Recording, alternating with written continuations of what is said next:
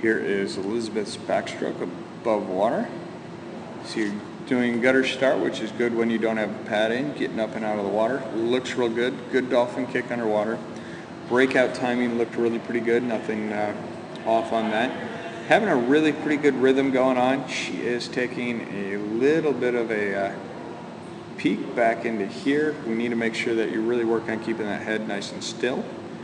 As we watch you going in for the turn, a little long, but not by much. The big thing we want to see is get your head down so that you're not going to drop your hips. As you're coming along, you're getting those feet tucked up real well. Timing looks pretty good, getting back underneath the water. I'd like to see you be able to actually extend just a little bit further underneath the water on those dolphin kicks. I think you've got a pretty strong dolphin kick. Just make sure as you're doing that, as you get further out, just tighten them up, make them a little bit quicker. As we see you going in for the finish, got that real good lunge going on. Make sure just as quick as you take that look and get your body going, that you do get that head into a neutral position. What you do, I think you can get it there just a touch quicker so that you're not dragging nearly as much underneath the water on that finish. Nice job. Here we have Elizabeth's backstroke underneath the water.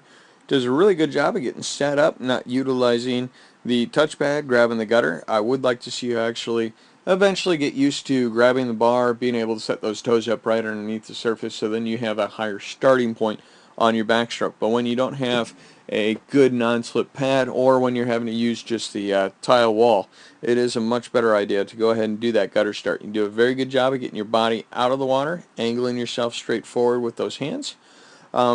Your arms are covering up most of your ears. I would like to see them cover up more of the backside of your ears, and then working on really just lifting that chin up into that streamline. We see a little bit of that up-down movement in those hands. We want to make sure that we try and keep that streamline a little bit tighter. Keep everything from your shoulders on up, moving straight forward. As we watch your pull going through here, you can see that you've got some bubbles on those hands. We want to make sure that you're really working on entering at this point in time, and then continuing to drop that hand down a little bit deeper, and then work on pushing straight on back. That'll help you eliminate a lot of those bubbles. It's going to give you a much stronger pull.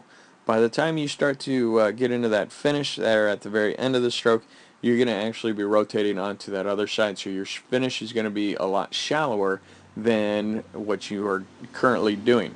As we watch you go through the turn, doing a pretty good job of getting around. As we see you coming off, I'd like to see just a little bit more depth so you can actually work those dolphin kicks a little bit more. We'll slow things down. That way you've got a little bit more opportunity to be able to see what those arms are doing.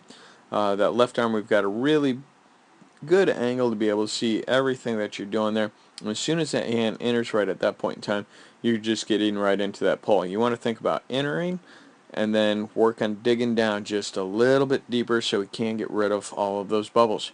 Do a pretty good job from this angle, being nice and still with that head. Kick is staying pretty steady throughout the whole thing, and looks like a pretty good lunge for that wall there at the finish. Nice job.